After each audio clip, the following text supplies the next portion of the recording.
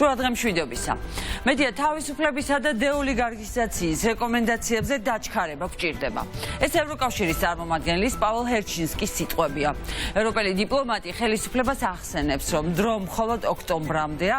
ქართული ოცნება ამტკიცებდა, რომ ივლისის ბოლოსთვის 12-ვე რეკომენდაცია შესრულებული იქნებოდა.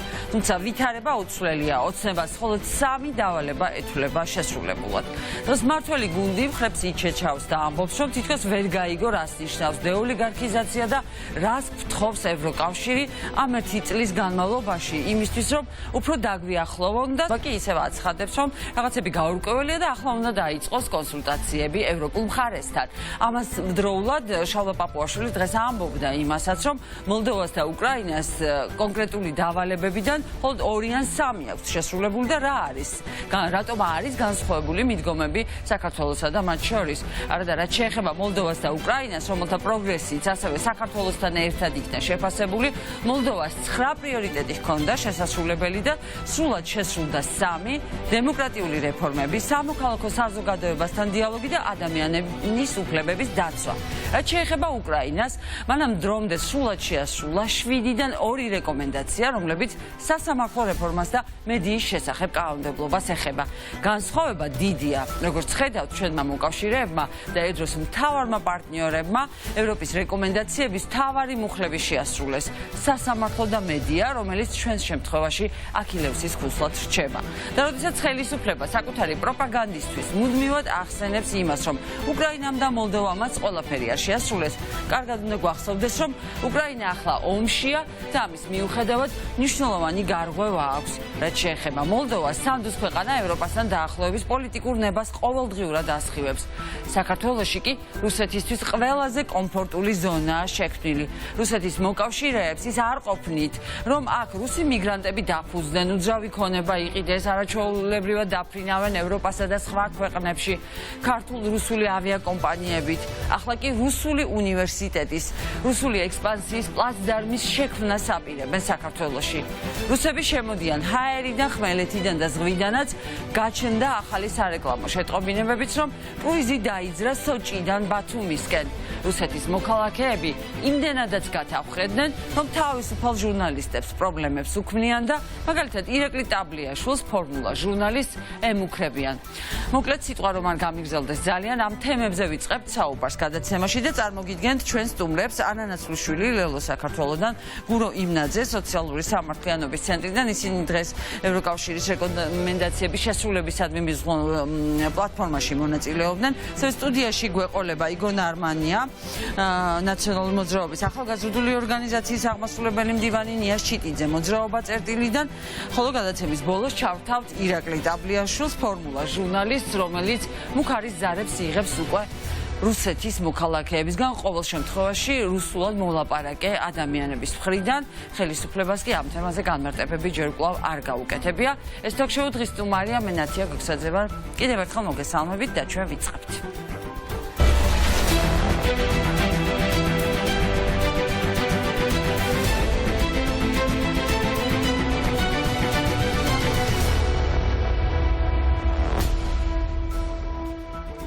და ანა ნაცვლიშვილი, ლელო საქართველოს ერთ-ერთი ლიდერი უკვე მზადაა უპასუხოს ჩვენ შეკითხვებს, რომელიც დღეს მონაწილეობდა შეხვედრაში, რომელსაც ეწრებოდა ევროკავშირის ელჩი, არასამთავრობო ორგანიზაციების ადამიანები, აგენტობის იარლიყისთვის, რომ იმეტებდა ცოტა ხნის წინ ხელისუფლება და ასევე პოლიტიკური პარტიების წარმომადგენლები.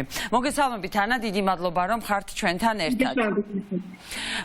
ქალბატონო ანა, დღეს შეხვედრა წარიმართა, რომელზეც კიდევ ერთხელ დადასტურდა ის, რომ 12 რეკომენდაციიდან საქართველოს მხოლოდ 3 ეთვლება შესრულებულად. რაც შეეხება სხვა რეკომენდაციებს, ოცნება ახლა ამბობს, რომ თითქოს რაღაცები ვერ გაიგო, ისევ ჭირდება დაზუსტება და ახლა იწყებს თითქოს კონსულტაციებს ევროპულ მხარესთან, მაშინ როდესაც წელიწადია ხო და ცოტა მეტიც, რაც ვიცით რა უნდა გავაკეთოთ. რას გავდა დღევანდელი შეხვედრა თქვენი აზრით და რა პერსპექტივა გვაქვს ამ თვალსაზრისით? ნათია, მივესალმებით ჩვენს მაყურებელს. დღეს ხელისუფლება თავს იმართლებდა. ეს არის გამოცდაში ჩაჭრილი ბავშვის რაღაც ძალიან არასერიოზული არგუმენტები. თქვენ აღნიშნეთ, თითქოს რაღაც ვერ გაიგეს, თითქოს რაღაც ბუნდოვანია და ასე შემდეგ. ყველაფერი ძალიან კარგად გაიგეს. ოცნება მხილებული არის ტყუილში, თვეების განმავლობაში გახსოვთ, რომ ლიდერები ამ პარტიის ამბობდნენ, რომ იმისის ბოლოს ყველა რეკომენდაცია იქნებოდა შესრულებული, მაგრამ მათი ტყუილი მარტივად გაცხადდა, რომ შუალედური შეფასება გააკეთა ევროკავშირმა და ითქვა, რომ 12-დან ხელისუფლებას მხოლოდ 3 რეკომენდაცია აქვს შესრულებული. საკვანძო რეკომენდაციები სასამართლოსთან მიმართებაში, დეოლიგარქიზაციასთან მიმართებაში, დეპოლარიზაციასთან მიმართებაში შესრულებული არ არის. სერიოზული პრობლემები არის კორუფციის მიმართულებით შექმნილი ახალი უწყება ვერ პასუხობს იმ სტანდარტებს, რაც კორუფციას ეფექტურად აღმოუხსნის და ასე შემდეგ. და მათი ტყუილში მხილება მოხდა, ისინი ახლა არიან თავის მართლების პოზიციაში და ეძებენ როგორ დააღწიონ თავი პასუხისმგებლობას ქართული ხალხის წინაშე. დღეს ამ კონფერენციაზე იყო წარმოდგენილი დიპლომატიური კორპუსი, ძალიან მასშტაბურად, თავად ევროკავშირის ელჩი, არაერთი ქვეყნის საელჩო.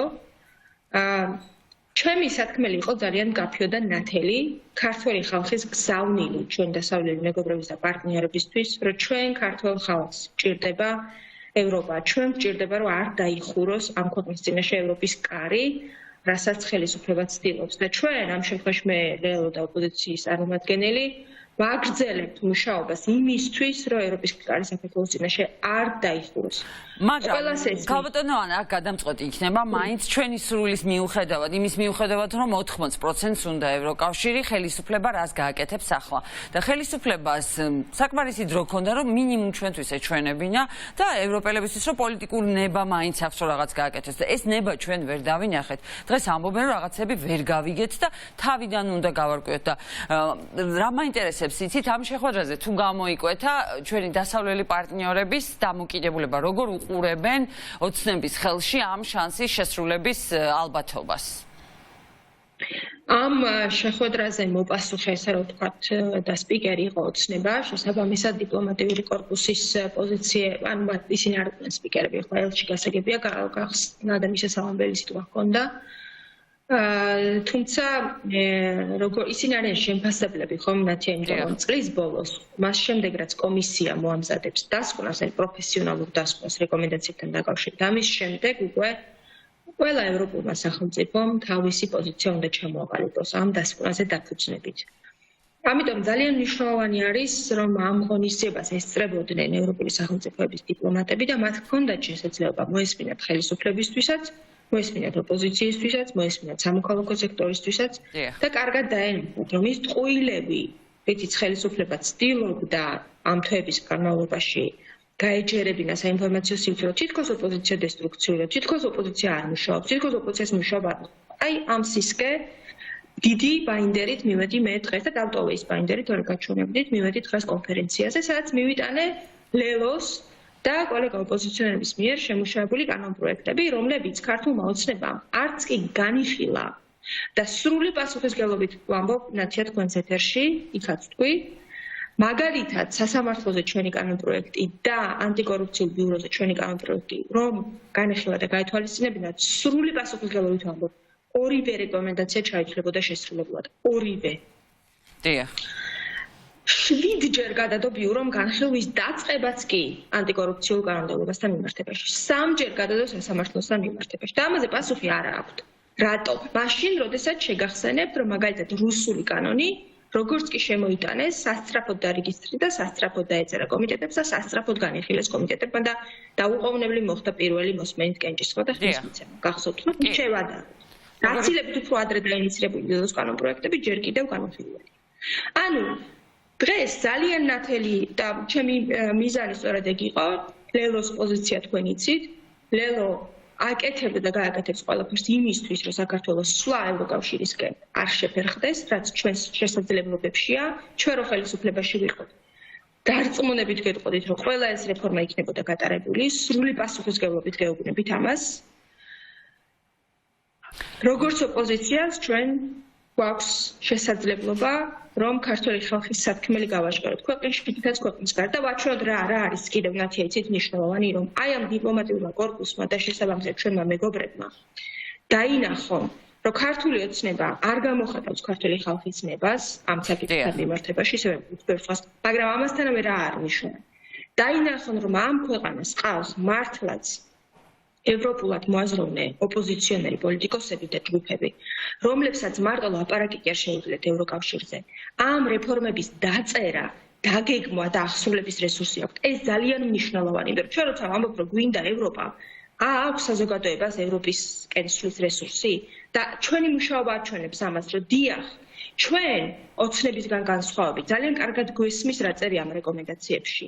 ძალიან ზუსტად ვიგებთ რა რეფორმებია გასატარებელი. იმიტომ რომ ეს რეფორმებია სხვათა შორის, რომელსაც ამას ბევრჯერ ვამბობ, კიდევ გავიმეორებ. არაფერი გაუგებარი არ არის, რასაც ახლა თავს ვიღებ. ხა ეგ არის მნიშვნელოვანი, ეს მინდოდა მე თქვა რომ რომელსაც ქართული ოცნება 2011-2012 წლებში საარჩევნო პროგრამაში ეწერა. ყველა სიდან არ მოსულა არც ერთ 12 რეკომენდაცია. სამართლიან სასამართლოს გვპირდებოდა ოცნება, გვპირდებოდა. კორუფციისგან თავისუფლებას გვპირდებოდა, გვპირდებოდა. მედიის თავისუფლებას და ხელისუფლებას და პლურალისტურ გარემოს გვპირდებოდა, გვპირდებოდა. სადმე მათ თქვეს, რომ ოლიგარქიული მმართველობის დამკვიდრებას აპირებდნენ და ამაში მიიღეს ქართული ხალხის მანდატი? არა. და ასე შემდეგ და ასე შემდეგ და ასე შემდეგ, ხო? ამიტომ ყველაფერი ძალიან ნათელია.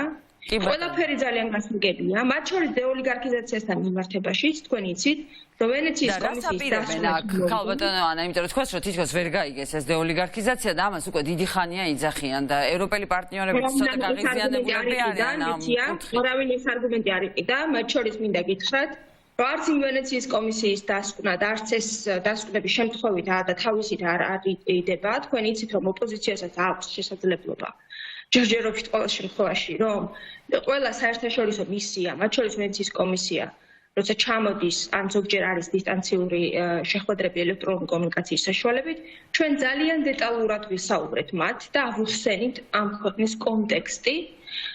ასეთივე შესაძლებლობა აქვს სხვათა შორის ქართულ ოცნებას, ვინმე მკვდრი რო არ მოაბას და არ თქვას რომ ოპოზიციის მოსაზრებებს ესე პირდაპირ აკოპირებს ვინმე საერთაშორისო, როგორც ჩანს ორი ჯერზე ის, რასაც საუბრობს ოპოზიცია, უფრო დამაჯერებელია, იმიტომ რომ უფრო ახლოა ფაქტებთან, ვიდრე ის, რასაც საუბრობს ქართული ოცნება. ამიტომ არის ეს კრიტიკული დასკვნები, იმიტომ რომ ვერ არწმუნებენ ვერავის დამოუკიდებელ მიუკერძებელ შემფასებელს ქართული ოცნება ვერ არწმუნებს. ამიტომ არ უნდათ მათ სამართლიანად არჩევნების ჩატარება, იმიტომ რომ ყველგან, სადაც ოპოზიციას აქვს თანასწორი, კონკურენტუნარიანი გარემო, ჩვენ ვახერხებთ, რომ არგუმენტებით ქართული ოცნება დავჯაგნოთ. ამიტომ არ უნდათ მათ სამართლიანი არჩევნები. არ უნდათ, ეს გასაგებია, მაგრამ ანა, მათი ძლიერი მხარე არის პროპაგანდა. ჩვენ ხო ვიცით, რომ ოცნების ძლიერი მხარე არის პროპაგანდა და ალბათ დეპუტატებმა, სამოქალაქო სექტორმაც აუცილებლად უნდა გასცეს პასუხი. მე ახლა ჩემს მონოლოგში თქვი შალვა პაპუაშვილი ამბობდა, რომ უკრაინამაც რამდენიმე შეასრულა, მოლდოვამაც რამდენიმე შეასრულა. ჯერ ის უნდა აუხსნათ ქართულ საზოგადოებას, რომ უფრო ნაკლები დავალებები ჰქონდათ. 12 პუნქტი არავის არ ქონია, 7 და 9 ჰქონდათ მოლდოვას და უკრაინას და ყველაზე მნიშვნელოვანია, რომ მნიშვნელოვანი პუნქტები, მაგალითად მოლდოვამ 3 შეასრულა დემოკრატიული რეფორმები, სამოქალაქო საზოგადოებასთან დიალოგი, ადამიანების უფლებების დაცვა და ოლიგარქიზაცია კი არა და ოლიგარქი დაამარცხეს საერთოდ და გააძევეს ქვეყნიდან. ხოლო უკრაინამ 7-დან 2 რეკომენდაცია შეასრულა და ეს ორი ერთი შეეხებოდა სასამართლოს, ერთი მედიას. მედია თვალსაზრისით 0 უწერია, ხო, ქართულ ოცნებას და დეოლიგარქიზაცია და აი უნდა გაითვალისწინოს თუ არა ახლა ოპოზიციამაც რომ თქვენს გამოსვლებში, თქვენს მიმართვებშიც აი ეს ხაზი რომ ოცნების ტყუილები გაფერფქთალდეს და გაბათილდეს ეს არგუმენტიც მოიშველიოთ ხოლმე. რა თქმა უნდა, მე ყოველთვის ვამბობ და მხოლოდ ვამბობ, ამას ვაკეთებ, ამიტომ დავდივარ და მონაწილეობ მათ შორის დღევანდელ კონფერენციაზე, ამიტომ ვიყავ, იმიტომ რომ მარტო რო დატოვებ ოცნებას, ნათია, სადაც მარტო დატოვებ იქ 100%-ით გაშლის ხელებს და რა თქმა უნდა მარტო თავის სათქმელს იტყვის და ეს სათქმელი არის პროპაგანდა. ამიტომ არსად არ უნდა დარჩეს ოცნება მარტო, მათ არ უნდა ქონდეთ კომფორტი, რომ დიპლომატები იქნება ეს, საზოგადოება იქნება ეს, უცხოელი პარტნიორები, მხოლოდ ოცნების სათქმელი ესმოდეს. ამიტომ არის მნიშვნელოვანი, რომ ოპოზიცია იყოს წარმოდგენილი ყველგან. რა თქმა უნდა ეს ძალიან არასასიამო მოახშირად და აქ გავჩერდები სხვას აღარაფერს ვიტყვი, მაგრამ ამიტომ არის ძალიან მნიშვნელოვანი, რომ სათქმელი მივიტანოთ მეგობრებამდე, პარტნიორებამდე, მოქალაქეები არ დავტოვოთ ოცნების პროპაგანდის ამარა, დიახ, და უკრაინაზე და მოლდოვაზე პატარა რემარკა მექნება კიდევ, რაც თქვენ ბრძანეთ გეთანხმებით და ამასთან იმაზე გასცეს პასუხი ქართულ ოცნებამ, როგორ მოახერხა, მას მოხერხება უნდოდა რომ სამეულში მოწინავე ქვეყანა, კი ბატონო, ბევრი პრობლემით, მაგრამ ამ სამეულში მოწინავე ქვეყანა დღეს არის მაჩანჩალა.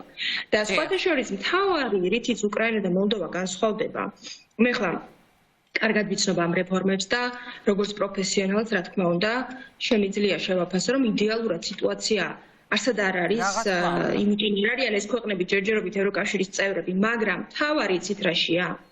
თავარი არის იმაში, რომ ამ ქვეყნების პოლიტიკური ხელმძღვანელობისგან მიდის ძალიან მკაფიო გზავნილი, რომ მათ უნდათ ნამდვილად გახადონ თავიანთი ქვეყნები ევროკავშირის წევრები და ამისთვის სწორ და დროულ ნაბიჯებს დგამენ. საქართველოს ხელისუფლებისგან რა მიდის ლანცვა, გინება, ბრალდებები ევროკავშირის და ევროდეპუტატების მიმართ მაგალითად და მაშინ, როდესაც თავად სერიოზული სახეებით 12 რეკომენდაციებზე მსჯელობენ, მათი ტროლბოტების ქარხანა ანტიევროპულ ნარატივებს ავრცელებს საზოგადოებაში. ეს ორი ერთმანეთთან თავსებადი არ არის, ამიტომ რომ შევაჯამოთ ნათია. დიახ და დაგემშვიდობებით ამის შემდეგ. ის რეფორმები, რომლებიც 12 პუნქტში არის გაწერილი, სასამართლო, კორუფციის დასრულება და ასე შემდეგ, საბოლოოდ ამ პრობლემების წარსულში დატოვება გადის ხელისუფლების ცვლილებაზე და როცა ხელისუფლების ცვლილებაზე ვსაუბრობ, მე არ გულისხმობ სახელების და გვარების ცვლილებას ან პოლიტიკური გუნდის ცვლილებას. მე სწორედ იმას ვსაუბრობ, რომ ახალი ხელისუფლება და რეალური ალტერნატივა ეს იქნება, როდესაც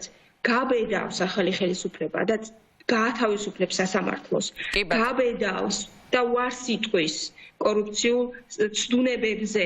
ასეთი რამ გვჭირდება ჩვენ და ამისკენ სვლა არის ძალიან მნიშვნელოვანი და ეს 2024-ის არჩევნებია, რა თქმა უნდა, მაგრამ მანამდე ვინაიდან ახლა არის ეს მომენტუმი კანდიდატის სტატუსთან მიმართებაში და შეფასების მომენტი ახლა არის, ჩვენ ვაგრძელებთ და გავაგრძელებთ ყველა ნაბიჯის გადადგმას ველო იმისთვის, რომ ევროპის კარი არ დაიხუროს. ეს ძალიან მნიშვნელოვანია. დიდი მადლობა. ნამდვილად ეს მართლაც ყველაზე მნიშვნელოვანია და იმედია ამის შანსი და პერსპექტივა დაგვრჩება. თუმცა ძალიან სკეპტიკურად ვარ გაწყობილი. თავისით ეს არ მოხდება, უნდა გავაგრძელოთ ბრძოლა.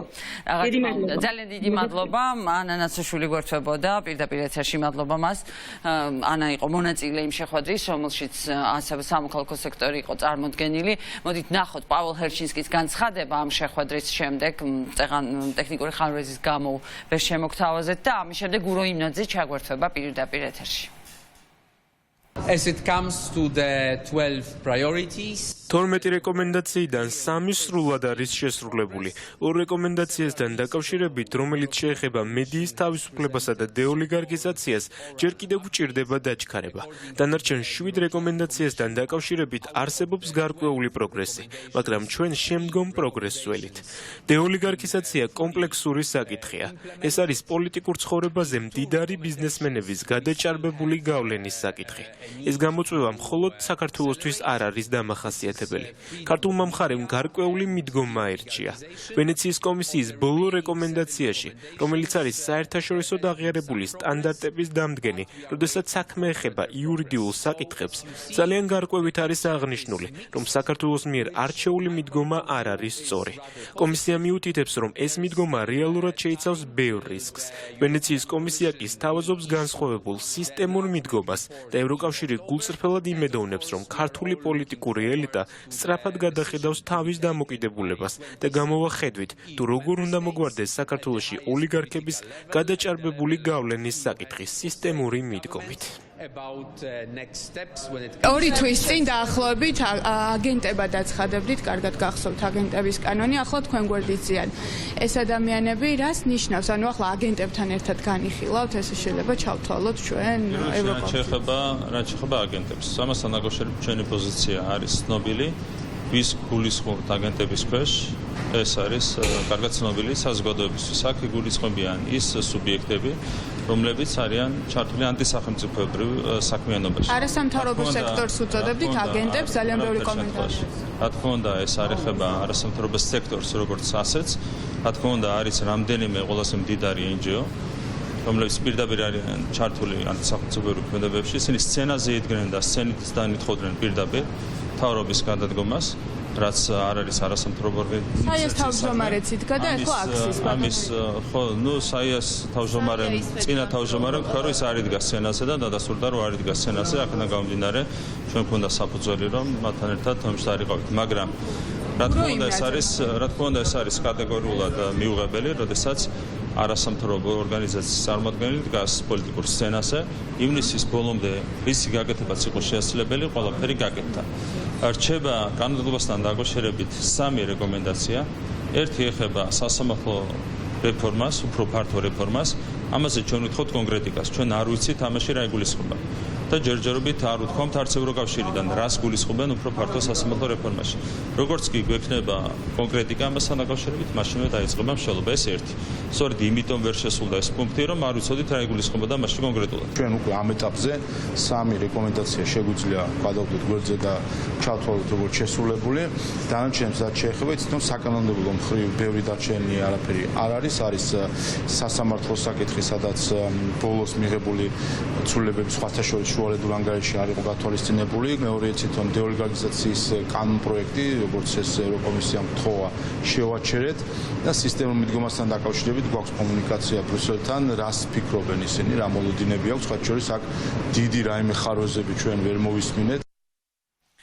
მოკლედ ეს არის ქართული ოცნების ლიდერების განცხადებები. გურო იმნაძე, მისმა სახელმა და გვარმაც გაიჟღერა, ჩაგვერთვება ახლა პირდაპირ ეთერში და მასთან უნდა გავაგრძელოთ საუბარი.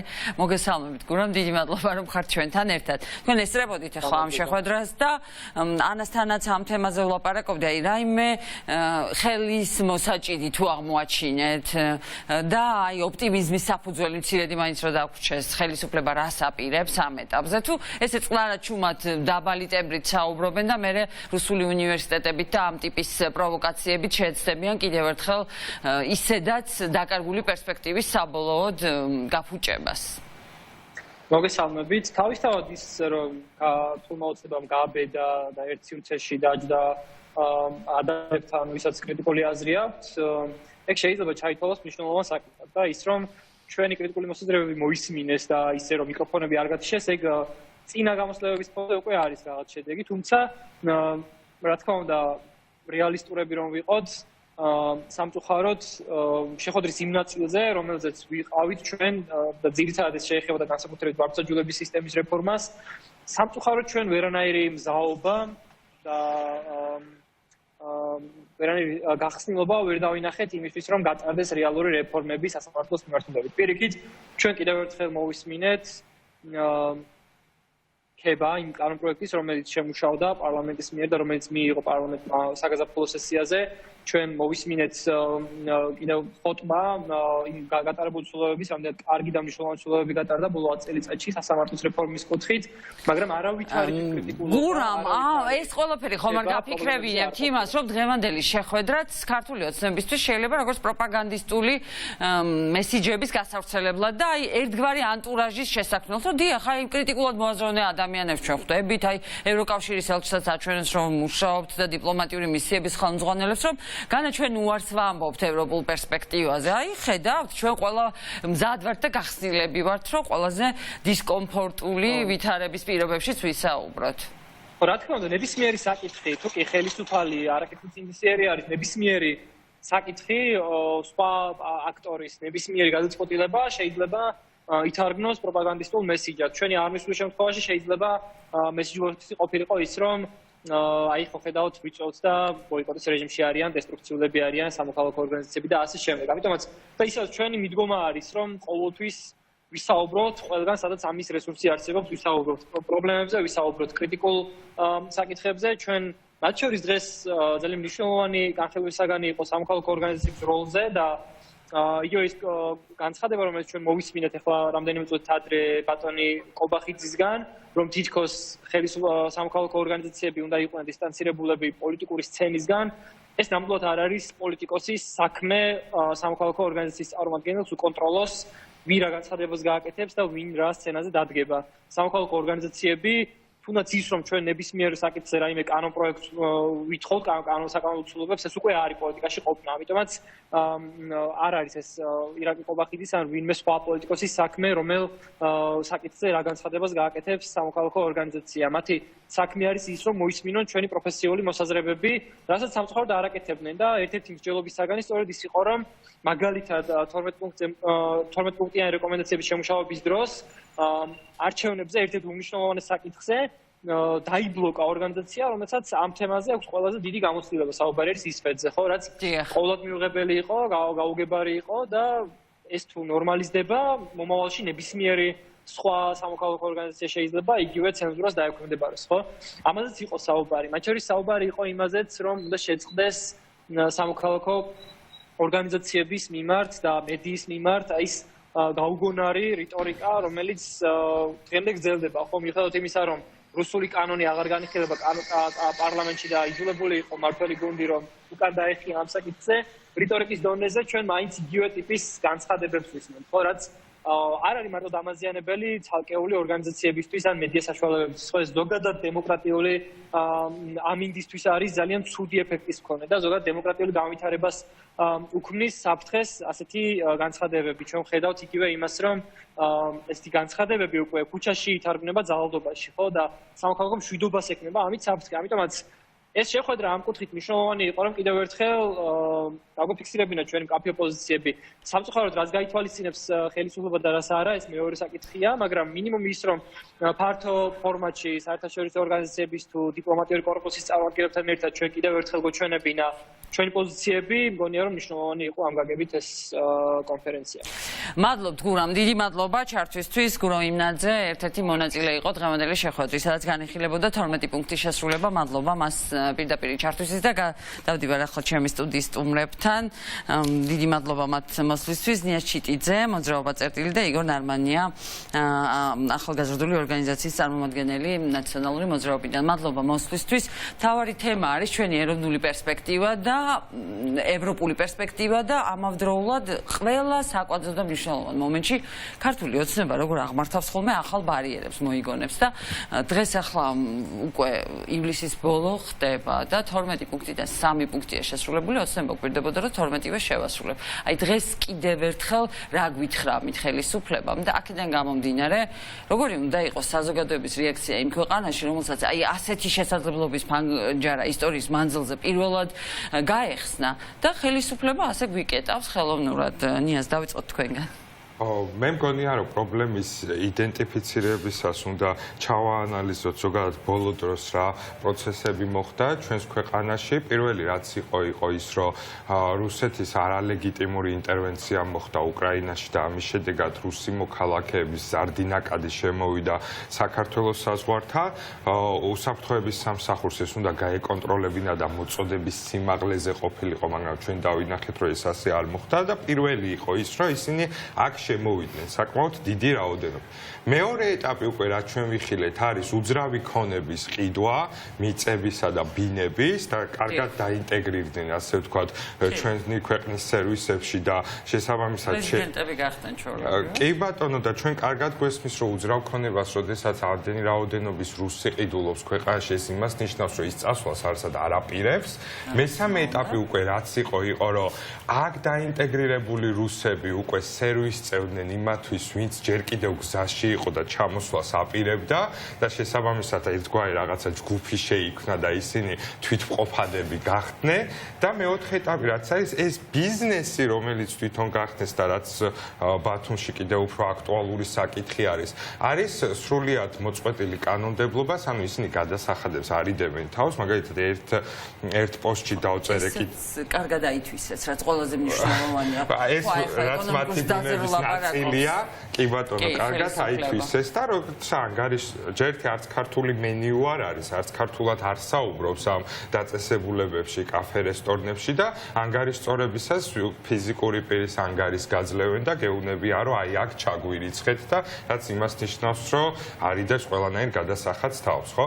ანუ ეს არის უკვე როგორც დაინტეგრირდა ეს ხალხი. და ახლა ჩვენ ხედავთ რომ რაღაცა ინიციატივა გაიჟღერა რომ თითქოს სასწავლო დაწესებულება უნდა გაიხსნას ქართულ-რუსული. ხო, ანუ იდეალური მოცემულობა არის რუსეთისთვის ამ შემთხვევაში რომ გააკეთოს ის რაც მას სურს, ანუ პოლიტიკური გავლენები. აი, რამდენად არის კიდევ უფრო მეტად სახიფათო. ვიდრე ვთქვათ ეს მიგრანტები და უბრალოდ ყველაფერი იქით მიდის, რომ ეს უნდა ყოფილიყო ერთგვარი ბოლო აკორდი ამ რბილი ოკუპაციის და ინტერვენციის. კი ბატონო, ზუსტად იდეოლოგიური არა. ეს არის რუსეთის ხელწერა რა, ყველგან სადაც ის რაღაც უხეში ინტერვენციას აკეთებს, ყველგან იქცევა ასე. ანუ ჩადის საზოგადოება რაღაცნაირად ინტეგრირდება და შემდეგ ხო ხედავთ უკვე ამ დაწესებულებებს და შემდეგ ხედავთ უკვე საზოგადოებათა შორის დაპირისპირებას, ხო? ჩვენ უკვე კარგად ხედავთ ეს იმპერიალისტური ამბიციები, რაც მათ გააჩნიათ ხშირ შემთხვევაში, რომ ეს ცხვირაწეულები რო უყურებენ საზოგადოებას. ჭკუას დაგარიგებს. არა მხოლოდ ჭკუას დაგარიგებს, არც აღიარებს იმას, რომ 15 წლის წინ რა მოხდა და როგორ შეეწირა ჩვენი მებრძოლი გმირები ამ ომს და რამდენად მტკივნეული არის ჩვენთვის ეს პროცესი, ხო? საერთოდ ამის უგულებელყოფას აკეთებს ამ ხალხის დიდი უმრავლესობა, რატო? იმიტომ რომ ტოტალიტარულ რეჟიმებს და განსაკუთრებით საბჭოთა იმპერიის მთავარ შემოქმედს ყოველთვის ექნება ეს იმპერიალისტური ამბიციები იქამდე სანამ ვინმე მას არ დაამარცხებს და მე ღრმად მწამს რომ უკრაინა ამას შეძლებს. ჩვენ შემთხვევაში რაც არის ის რომ ჩვენი ეროვნული იდენტობა, ჩვენი ეროვნული ფასეულობები, რა თქმა უნდა, ცალსახად ევროპული არის, ჩვენ აქეთკენ მივისწრაფვით, ანუ ჩვენ ქართულ-რუსული ინსტიტუტი თუ უნივერსიტეტი კი არ გვინდა, ჩვენ გვინდა მოწინავე უნივერსიტეტებთან ინტეგრირება, როგორც არის ოქსფორდი, ჰარვარდი, კემბრიჯი, ამერიკა, ევროპა. ცნების ჩინოვნიკების შვილების სწავლობა. ჩვენმა მოყოლებელმა რო კარგად იცოდეს, რაც ყველაზე მნიშვნელოვანია. ე ბატონო, და ეს არის ჩვენი მოცემულობა. უბრალო პარლამენტარით დამთავრებული. ეს არის ჩვენი მოცემულობა, რომ ჩვენთვის ევროკავშირი არის განათლების, კეთილდღეობის, დაცულობის, უსაფრთხოების, მშვიდობისა და თავისუფლების კავშირი. აქეთკენ მივდივართ და ხო, ამ მანკიერი პოლიტიკის შედეგად ჩვენ ხელისუფლება გვართმევს ამ შესაძლებლობას და ისტორიის არასწორ მხარეს გვაყენებს.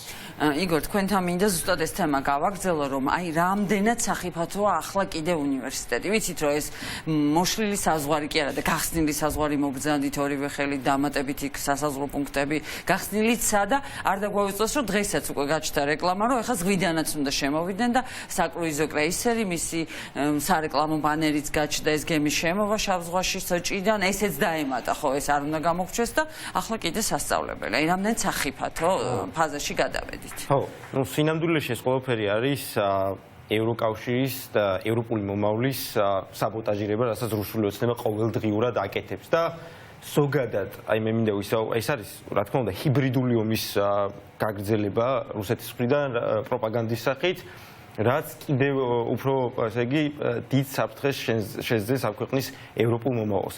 ასევე როგორ შეიძლება საქართველოს ხელისუფლება ფიქრობდეს რაღაც რუსული უნივერსიტეტების გახსნაზე, როდესაც საქართველოში ჩემი თანატოლები, სტუდენტები არის 72,000-ზე მეტი სტატუს შეჩერებული სტუდენტია. როდესაც ამ ადამიანების 50%-ზე მეტ სტატუსი აქვს შეჩერებული ფინანსური მდგომარეობის გამო, ზუსტადაც რომ და ამ დროს ხელისუფლება, ესე იგი, გვიხსნის რუსულ უნივერსიტეტებს.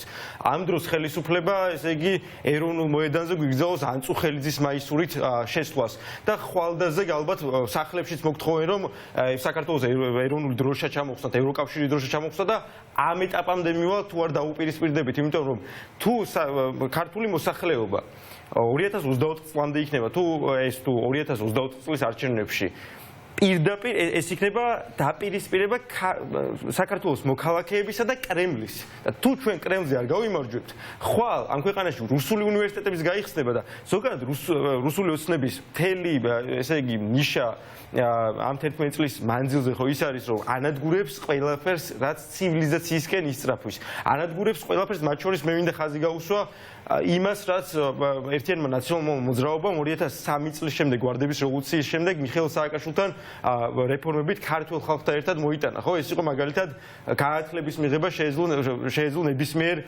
ჩვენს მოქალაქეს, რომელსაც მაგალითად ფინანსური მდგომარეობას არ უწყობდა ხელს და ამისთვის სახელმწიფო გრანტები არსებობდა და ეს რუსული უნივერსიტეტები ჩემი აზრით შეიძლება იმ საფრთხესაც შეიცავდეს, რომ ხვალდაზეկ ჩვენ, ესე იგი, ქრთამის გადახდით ისევ მოგვიწიოს უნივერსიტეტებში სიარული, ისევ ქრთამის გადახდით მოგვიწიოს, ესე იგი, ნებისმიერ ინსტიტუციასთან თანამშრომლობა, რომელიც რუსული ოცნების პირობებში არის ჩამოსვლის პირას და პროპაგანდა, ზოგადად პროპაგანდა, რასაც აწარმოებს რუსული ოცნება. დღეს ხო სამარცხვინო სიტუაციაში არიან მართლა და ვისჯერ ამ ადამიანების, აი რო შევხედავთ, რას ნიშნავს ვერ გაიგეს რეკომენდაციების არსი. თუ ვერ გაიგეს, მაშინ ხელისუფლებაში რა ეკმა ოლიგარქიზაციის ნაწილში და სასამართლო სისტემის ნაწილში სანქცირებული მოსამართლეები აი ამ ტრიოს გადაავლონ თვალი ვისყავს.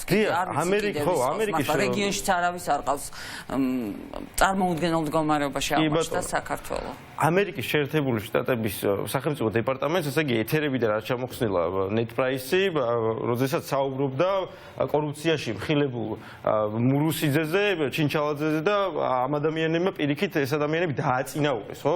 რუსული ოცნებით ვისატყუებენ დღეს, ხო? სამართლმო სიტუაციაში არიან, ვერ გაიგეს რას ნიშნავს, ხო, ამას ვიძახდი, რომ თუ ვერ გაიგეს, მაშინ ხელისუფლებაში რა ესაქმებათ საერთოდ ამ ადამიანებს, ან რატომ არიან ხელისუფლებაში. ასევე რაზეც დგას დღეს რუსული ოცნების პროპაგანდა, რომ საუბრობენ, ესე იგი, თითქოს ესენი რაღაცა ოჯახის სიწმინდის ფასეულობებს იცავენ, ან რაღაცა მსგავს. რანაირად იცავენ ოჯახის სიწმინდის ფასეულობებს, როდესაც რუსული ოცნების პირობებში 700,000 ადამიანი 2012 წლის შემდეგ 700,000 ადამიანი წავიდა ემიგრაციაში, ხო? ეს არის საქსტატის ოფიციალური მონაცემები და რაღაცას არ ვიგონი. ოჯახების დაანგრევა და დაშლა. დიახ, ჩემ თანატოლებს ოჯახები ენგრევათ.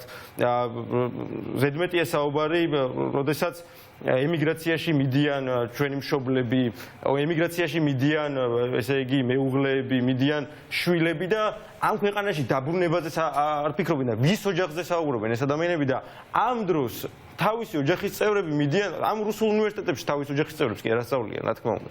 ეს მათი შვილები მიდიან პენსილვანიის უნივერსიტეტში განათლების მისაღებად, კოლუმბიის უნივერსიტეტში მიდიან განათლების მისაღებად და ეს რუსული, ესე იგი, ნაგავი უნდა შემოტენონ ქართულ ხალხს, მაგრამ არ იქნება ესე, იმიტომ რომ ქართველი ხალხი კი არ უპირისპირდება რომელიმე კონკრეტულ ქართველს. ქართველი ხალხი ახლა უკვე უპირისპირდება პირდაპირ კრემლს. და ერთი ნიას მინდა ვკითხო და ამით დავასრულოთ. აი, როდესაც ვლაპარაკობთ იმაზე, რომ ეს უკვე წარმოუდგენელია, ბოლო ზღვარია, ერთადერთი რაც აჩერებს ოცნებას, მაინც არის ხალხი ქუჩაში და ახალგაზრდები. და ახლა ხანს დაბრუნდი სტრასბურგიდან ნიკა გვარამიას ჰქონდა შეხვედრები და იქაც თავარი შეკითხვები იყო, რომ ახალგაზრდობა, რომელიც ასე იმედის მომცემად გამოიყურება, ხომ არ გაჩერდება იმაზე, რაც მარტში გააკეთა და რამდენად იქნება აქტიური ზუსტად ევროპისთვის და ევროპული ღირებულებების საბრძოლველად. აი ამ უხსნა ვინახავთ თუ არა კიდევ ერთხელ. კი ბატონო, მათ ხო ჩვენ გვაქვს ასეთი მოცემულობა, რომ მარტის აქციებზე გამოსული ახალგაზრდები არა მხოლოდ რუსულ კანონს უპირისპირდებოდნენ, არამედ ამტკიცებდნენ იმას, რომ მათ პერცეფციაში მათი მომავალი, ჩვენი ქვეყნის მომავალი არის ევროპული ოჯახში ინტეგრაცია. ანუ ამას ამბობდნენ ისინი პირველად ფორმაში. და ხო, სტატისტიკაც მაგას გვაჩვენებს, რომ მოსახლეობის აბსოლუტური უმრავლესობა ემხრობა ამ მიმართულებას და რაც უფრო ეს რეჟიმი უფსკრულში შევა, რაც უფრო ის პატრონყმული იქნება და რაც უფრო რუსული ტიპის ხელისუფლება იქნება, მით უფრო დიდ აგრესიას გამოიწვევს საზოგადოების მხრიდან, მით უფრო დიდ პასუხს მიიღებს ჩვენი ახალგაზრდების მხრიდან. ჩვენ ახლა სამომავლო პერსპექტივაში ველოდებით მათ შორის კანდიდატის სტატუსთან დაკავშირებით გადაწყვეტილებას, მათ შორის 2024 წელს არჩევნები მოდის, ჩვენ კარგად ხედავთ, რომ ეს ხელისუფლება ჩიხში არის შესული და მას აქვს ერთგვარი კრიზისი, ჩვენ ახლა უნდა გავაკეთოთ, ვისაც გსურს, რომ ეს საზოგადოება, ეს ქვეყანა იყოს ისტორიის სწორ მხარეს, უნდა ვაჩვენოთ ენერგია, უნდა ვაჩვენოთ კომპეტენცია და უნდა გვჯეროდეს ამ საზოგადოების და უნდა გქონდეს რწმენა, რომ გავიმარჯვებთ და მე მგონია, რომ აი ეს გვაქვს, ჩემს კოლეგასაც რო უყურებ, რა თქმა უნდა, ეს აქვს და იმ მარტის აქციაზე ვინც იყვნენ ის ადამიანები, ისინი ამას ასხივებენ და კიდევ გამოასხივებენ ბევრჯერ. კი ბატონო და დიდი მადლობა უნდა დაგემშვიდობოთ და მართლაც იმეც ვიტოვებ, რომ მქონდა საამაყო გაზაფხული და ასევე გვექნება უნიშნელოვანესი შემოდგომა და ქართველი ახალგაზრდები და ქართული საზოგადოება. მარტო არ მინდა რომ მხოლოდ რაღაც კონკრეტულ ასაკობრივ ჯგუფს მიმართო იმ ადამიანებს, ვისაც უნდა საქართველოს ევროპული მომავალი თავის სიტყვას აუცილებლად იტყვიან და ახალგაზრდებს რა თქმა უნდა გექნებათ განსაკუთრებული როლი ამ პროცესში. მადლობა ნიას ჩიტიძეს და იგორ ნარმანიას და ახლა უნდა ვისაუბროთ ხელისუფლების მიერ ქვეყანაში რუსებისთვის გახსნილი საზღვრები, კომფორტული გარემო და ფაქტობრივად საქართველოს მართლაც გახდა რუსებისთვის ყველაზე უფრო მისაღები დასაყრდენი უკანა ეზო და ჰაბი, სადაც რუსეთის მოქალაქეები თავს ძალიან კარგად გრძნობენ, თავიდან თუ კი დადიოდნენ უკრაინული დროშებით, ინგლისურად გველაპარაკებოდნენ, ახლა ისე გათავხედნენ, რომ ქართულ ჟურნალისტებს ურეკავენ ტელეფონზე, რუსულად ემუქრებიან და აკრიტიკებენ იმის გამო, რომ ჩვენ სახელებს ვარქმევთ ყველაფერს პირდაპირ, რომ პუტინი არის ბოროტება და პუტინის პროკრემლისტური ხელისუფლება ამ ქვეყანას მომავალს უკარგავს. სწორედ ამის გამო ირაკლი ტაბლიაშვილი გახდა მუხარის ზარების ადრესატი. სწორედ ის უნდა ჩავთოთ ახლა ფორმულას ჟურნალისტი პირდაპირ ეთერში და მასთან უნდა გავაგრძელოთ საუბარი იმაზე, რა მძიმე მდგომარეობაში მივედით. მოგესალმებით, ირაკლი, დიდი მადლობა, რომ გვერდთვებით და ჩემი სოლიდარობა პირველ რიგში, იმიტომ რომ დღეს მედია განსაკუთრებულ საქმეს აკეთებს და მედია რომ ვერ მოათვინიერა ხელისუფლებამ, იმიტომ არის ასეთი აგრესიული თავდასხმები ჩვენზე და ახლა ამ პროცესში ჩაერთვნენ რუსეთის მოქალაქეები. მაგრამ მაინც რატომ არის გამორჩეული ახლა ეს ყველაფერი? როგორ ფიქრობთ, რუსი ეროვნების ადამიანები არიან თუ შედიღბულად და სპეციალურად კეთდება, რომ თითქოს რუსები გემუქრებიან? აი რასთან გვაქვს საქმე, თქვენ რა დაასკვენით? ნუ აშკარად რუსი ეროვნების მოქალაქეები არიან, იმიტომ რომ ისინი კარგად ან ესე შემიძლია თქვა საუკეთესოდ საუბრობენ, ლაპარაკობენ რუსულად. ისინი არ არიან ქართველი რუსულენოვანი მოქალაქეები, ყოველგვარი აქცენტის გარეშე, ესეთი აი ზედმიწევნად ზუსტი რუსული მელისმებით მისახვებთ ესეთი. და არიან თუ არა ისინი კავშირში საქართველოს ხელისუფლებასთან, ვარაუდის ან ვერსიის დონეზე ცხადია ამ ვერსიას აქვს არსებობის უფლება, ანუ ისინი არ მოქმედებენ დამოუკიდებლად, ისინი სულ მინიმუმ მოქმედებენ საქართველოს ხელისუფლების შესაბამისი სტრუქტურების წარმომადგენლებთან შეთანხმებით და რასაკვირველია უპირველეს ყოვლისა დავალებით იმ სპეცსამსახურებისა, რომლებიც არიან ჩვენი ქვეყნის პარტნიორების მიღმა და არიან ჩვენი სახელმწიფოებრიობის. ირაკლი, თქვენ აპირებდით მიგემართათ სამართალდამცველებისთვის ამის მიუხედავად და რა ხდება, თუ შეიძლება რომ გითხრათ? რატია, მე აგიხსნით უპირველეს ყოვლისა გიამბობ ძალიან მოკლედ. გუშინ განხორციელდა ეს სატელეფონო მუხარა, გუშინ 3 მოქალაქე, რუსი მოქალაქე დამიკავშირდა 3 სხვადასხვა ნომრიდან. 3-ვე მომართა გასპაძინ ირაკლი, ანუ მათ იცოდნენ, ვის ესაუბრებოდნენ.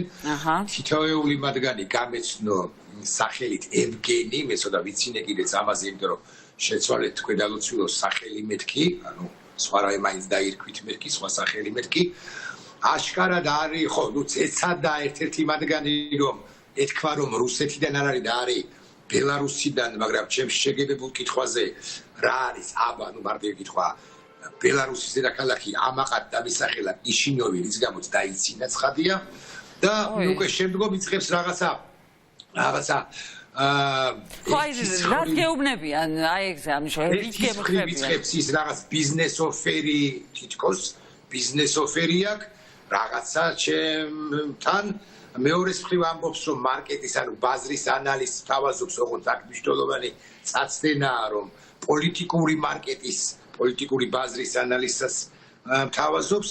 მესამე ეს არანაირი ბიზნეს ოფერი რასაკვირველი არ არის, რომ ეს რაღაც ინვესტიცია განვახორციელო, იმიტომ რომ მათ უნდა ვინც ამგვარი დამით არის დაკავებული, მათ შესანიშნავად იციან, ვისთან დაარეკონ და ჩემთან აბსოლუტურად ამაოი არის დარეკვა, ფუჭი იქნებოდა და არის, იმიტომ რომ რაღაც დანაზოგები თქვა ოჯახს არ აქვს, ანუ საინვესტიციო თანხა, მაგრამ ამას არ აქვს ხა მნიშვნელობა. და მე უკვე როდესაც მე დავამთავრებდი საუბარს, აშკარად იყო ფსიქოლოგიური ზეწოლა, აშკარად იყო ჩემი საუბარში შეთრევის მცდელობა, აშკარად იყო მარკეტისა და ბიზნესის საუბრის ან ურთიერთობის დასაწყისად გამოყენების მცდელობა, თუ მართებულად ხსნი, ამის შემდეგ მე მათ მივუთითებ გუშინ რუსული გემის სადაც წავიდა იმ მიმართულებით წასვლას და რის შემდეგაც ის უკვე მემუქრება, თხოვს მისამართს, სადაც მე ახლა ვიმყოფები სახლში, თხოვს მისამართს, მე ამ მისამართზე ვეუბნები მას და ის მეუბნება უკვე მემუქრება, რომ გამოუშვებს ოპერ ჯგუფებს, ოპერ გრუპი ესე ამბობს. და მე ვეუბნები, რომ ველკამ, მოდი მეთქი, აბა გაბედეთ, უსულად დგება ეს კომუნიკაცია, გაბედეთ მეთქი და მე უკვე მიმართავ ემერჯენსის და პოლიციას. ხო, გასაკვირველია, მე მაქვს ეჭვი იმის თაობაზე, ეჭვი ან საფუძვლიანი ეჭვი ან დასაბუთებული ეჭვი, რომ რამდენადაც მე მომმართავენ პერსონალურად გასპაძინ ირაკლი, რამდენადაც არ მეშვებიან, იმიტომ რომ მანამდე გასულ კვირას განხორციელდა 7-8 ზარი სხვადასხვა დღეს საშუალოდ 2-3 ზარი ხორციელდებოდა. ესეც მუქარი შემცველი იყო რომელიმე ირაკლი თუ იქაც რაღაც კონკრეტული შესწავლები არანაირი მუქარი შემცველი არ იყო, იმიტომ რომ წინა ყველა საუბარი მე დავასრულე 7 წამში დაახლოებით. ვიღებდი ყურბილს და პასუხობდი რომ რუსულად რომ მე მათთან ურთიერთობა არ სულს დავამთავრე. მაგრამ გუშინ უკვე ძალიან რო ამოვიდა ხელში, ძალიან რო მომბეზდა, გავუჩერდი და დავიწყე მათი გამოკითხვა იქით. და აი გამოკითხვის შედეგად რაღაცები სისულელები რო იბოდიალეს, მე და ის იგივე რაღაც მინსკის ამბავი თუ ბელარუსის ამბავი, კიშინიოვის ამბავი კიდე იქ რაღაცა დეტალები იყო, ხა მნიშვნელო განსაკუთრებული არაფერი. ამის შედეგად მე უთხარი ესე მძიმედ, რომ ეხლა წასულხართ იქ, სადაც რუსულიგები წავიდა მეთქი. და ნაცვლადი მას შეიძლება ეპასუხა რომ შენ წასულხარ ან რაღაც გავსი ხო ანუ შეურაცხყოფისათვის ეპასუხა შეურაცხყოფითვე მაგრამ ის გადმოვიდა მუქარაზე ეს ძალიან მნიშვნელოვანია და მე რომ სულ არ მეგონოს სულაც რომ არ მეგონოს რომ ეს მუქანა აღსრულებადია შეიძლება პირველი მე ვწდებოდე ანუ არ გამოირიცხება ამ ვერსიას რომ აღასრულებს მუქარას აქვს არსებობის უფლება მაგრამ აქ უფრო ფართოდ რო ვიბჯელოთ ანუ არის რაღაც ჯგუფიან ჯგუფები ქვეყანაში მოქმედი, რომლებიც საქართველოს მოქალაქეებს აშანტაჟებენ, ფულს ძალავენ, ემუქრებიან და საკუთარ თავს უფლებას აძლევენ რუსები, დიასპორის წარმომადგენლები უფრო, ესე უნდა ვთქვა, რომლებიც საქართველოს ხელისუფლების პირდაპირ თუ ირიბი ხელდასმით ამგვარი ქმედებების უფლებას აძლევენ საკუთარ თავს. ამიტომ ერთის მხრივ ეს ჩემი ინტერესია პერსონალურად ჩემი რომ უზრუნველყოფილი იყოს ჩემი თუ ჩემი ოჯახის წევრების უსაფრთხოება მაგრამ მეორეს მხრივ ეს საჯარო ინტერესია იმიტომ რომ ეხლა მე გავბედავ და ვიტყვი საკუთარ თავზე ცოტა დიდი ძვალი გავეჭხიდე ხელში მაგრამ არსებობენ რიგითი მოქალაქეები რომლებსაც არ აქვს მედიასთან წდომა არის სიანეს საკომუნიკაციო ხაზების გამოყენება და ასე შემდეგ რომლებიც შეიძლება დაუფრთხნენ ან გამოძალვათ ირაკლი ერთი მინდა დაგაზუსტებიოთ რატომ მომართავთ მე შეკითხვა თუ დაუსვით აი რატომ აგირჩიეს რადგან სახელი იცოდნენ ეს ხომ არ გიკითხავთ მე არ ვაცადე ამ ბევრ კითხვას შორის თუ რამდენიმე კითხვას შორის რომელსაც მე მივმართე ხომ მე ეს კითხვა არ დამისვავს ისევე როგორც მე ჩემ და სამწუხაროდ არ ჩამიწერია ჩემ მობილური ნომერში მათი საუბარი იმიტომ რომ ეს პროგრამული უზრუნველყოფა არ მაქვს ჩამოტვირთული თუმცა კარგი კი იქნებოდა ანუ არ ვიყავი მედიაში ზადა ამ ტიპის შეტევის და პროვოკაციების მაგრამ არ მიმართავს მე რაღა მაინც და მაინც მე მეთქი იმიტომ რომ აი საუბარი როგორც ეს საკმაოდ დინამიკურია მე არც ვაცდი მე პირდაპირ ჯაზარი კონტაციის შეტევაზე ვეუბნები რომ შეხარ რუსი ოკუპანტი შეხარ რუსეთის წარმომადგენელი აქ ნუღარ რეკავ საქართველოს მოქალაქეებთან და მათ შორის ჩემთან რუსულად ვესაუბრები თავიდან კი ვწადე რამდენადაც მახსოვს პირველ დამრეკავთან ინგლისურად საუბარი მაგრამ ამ მნიშვნელობა აქვს რუსულად ვესაუბრები და ის ცდილობს რომ თავი გაიმა ერთი ცდილობს მაგრამ აშკარად ცდილობს კომუნიკაციის გაგრძელებას და ჩემს შეთრევას ამ კომუნიკაციაში რომ რაღაცის გამოყენებით პლატფორმა პირობითად ლაპარაკობ ინვესტიცია განახორციელე რაღაცეებში ხო რაღაცის ბიზნესი ამის გამოყენებით შემოვიდეს რეაქცია რა იყო სამართალდამცველების მხრიდან ეს მითხარით და ამის შემდეგ გაგემშვიდობა ეს სამართალდამცავები გუშინ უკვე ესე იგი ხდება დაახლოებით საღამოს 9 საათზე როცა მე ემერჯენსის დაურეკე ერთ წუთში ერთ არასრულ წუთში გავამეხმაურა შესაბამისი განყოფილება რაიონის განყოფილების ხელმძღვანელი მან კითხა ეს ყველაფერი მე მივეცი ტელეფონის ნომრები რომლებიც დაფიქსირებული იყო ჩემს ტელეფონში და საიდან შემოვიდა ზარები მე ველოდებოდი მათ მემითხეს მე ხა თვითონ კი არ მომგონები მომფიქრებია ეს თავში ხო რომ გუშინვე მოხდებოდა ჩემი დაბარება განყოფილებაში მაგრამ მიზეზთა გამო ეს ვერ მოხერხდა როგორც გამიმართეს უკვე დღეს დაწერეს ოქმი ესე ქვია თურმე ზეპირი მოსმენის ოქმი რომელსაც გადასცემენ საქმის პროკურორს რომელიც თავის მხრივ გადაწყვეტს მომცეს თუ არა მე დაზარალებული სტატუსი ნებისმიერ შემთხვევაში იმ შემთხვევაშიც კი თუ ამას არ აქვს პოლიტიკური ან მუქარითი მიმართულება და აქვს შანტაჟის ფულის გამოძალვის მიმართულება ეს არის სისხლის სამართლის საქმე და აქეთ ამ ჯგუფის მიერ ჩადენილი დანაშაული სავარაუდო და აქედან გამომდინარე ბოლომდე მივსდები იმიტომ რომ საჯარო ინტერესი კვლავ ვიმეორებ არის მაღალი ჩემი ინტერესიც არის დასაკმაყოფილებელი უსაფრთხოა და ეხლა უკვე პოლიტიკური ნაწილი თქვენს დებართვით ნათია 2 წუთი კი ბატონო და დავასრულოთ ამ ეს ყველაფერი ტაბლიაშვილს ეხება რა თქმა უნდა ტაბლიაშვილის ოჯახს ეხება სხვა შემთხვევაში გოგსაძეს და კიდე სხვა შემთხვევაში ჩვენს რომელიმე კოლეგას ან არა კოლეგას. მაგრამ პოლიტიკური ყველაფერი არის პოლიტიკის ნაწილი.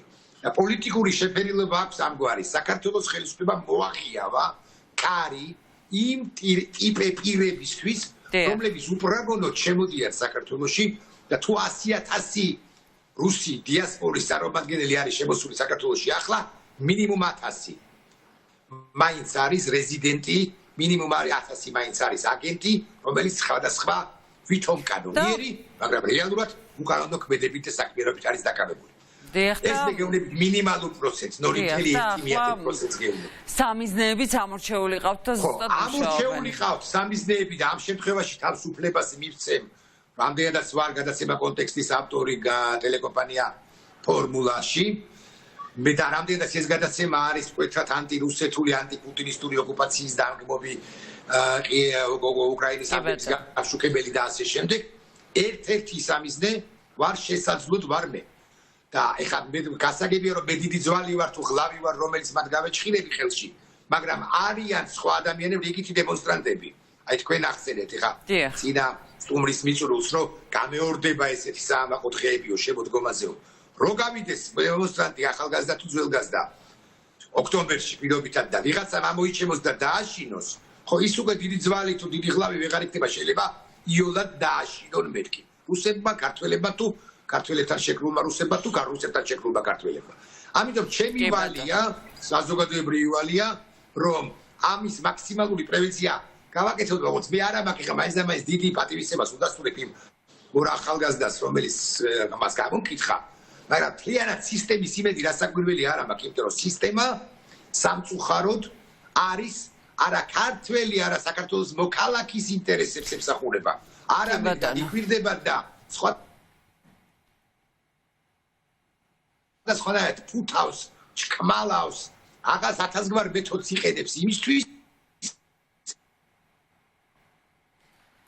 სამწუხარო ტექნიკური ხარვეზი გვაქვს ირაკლი ტაბლიაშვილი გვერდთვებოდა პირდაპირ ეთერში და პრინციპში გასაგებია ირაკლის პოზიცია ჩემთვის და სულად გასაგებია რომ ეს მუქარა და ამ ყველაფრის უკან შესაძლებელია მართლაც იდგნენ ადამიანები რომლებისთვისაც სრულად მიუღებელია რომ ამ ქვეყანაში არსებობს თავისუფალი მედია, რომელიც პირდაპირ ამბობს რუსეთი ჩვენი მტერია და ითხოვს საქართველოს ხელისუფლებისგან რომ მტრის იდენტიფიცირება მოახდინოს და ევროპული პერსპექტივა არ დაგვიკარგოს.